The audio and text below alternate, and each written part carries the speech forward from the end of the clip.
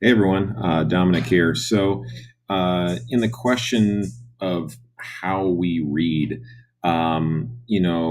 we have some interesting examples in this lesson of just, the different ways in which we interpret information, visual information.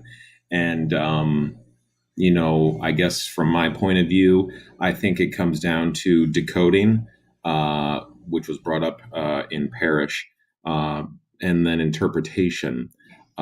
So the idea of decoding, um, I think, comes from the idea of a uniform set of rules in which a language is formed in its visual representation.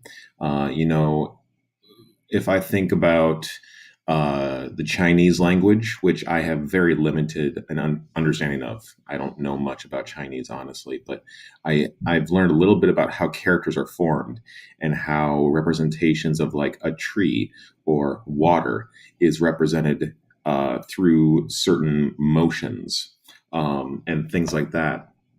I think that you start to see these patterns, which lends itself to a code that the human mind is able to kind of, put in a certain pattern, certain order that we, our brain decodes that and we take in that information.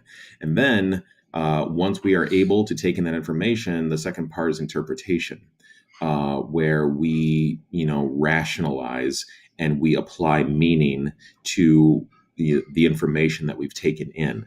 And so in that sense, reading, I think, can encompass a lot of different methods of um, relaying information, not simply by the use of an alphabet.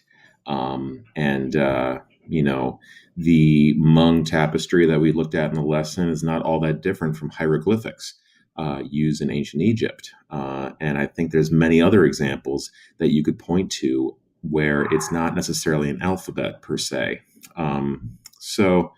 It's a fascinating topic, I think, to explore.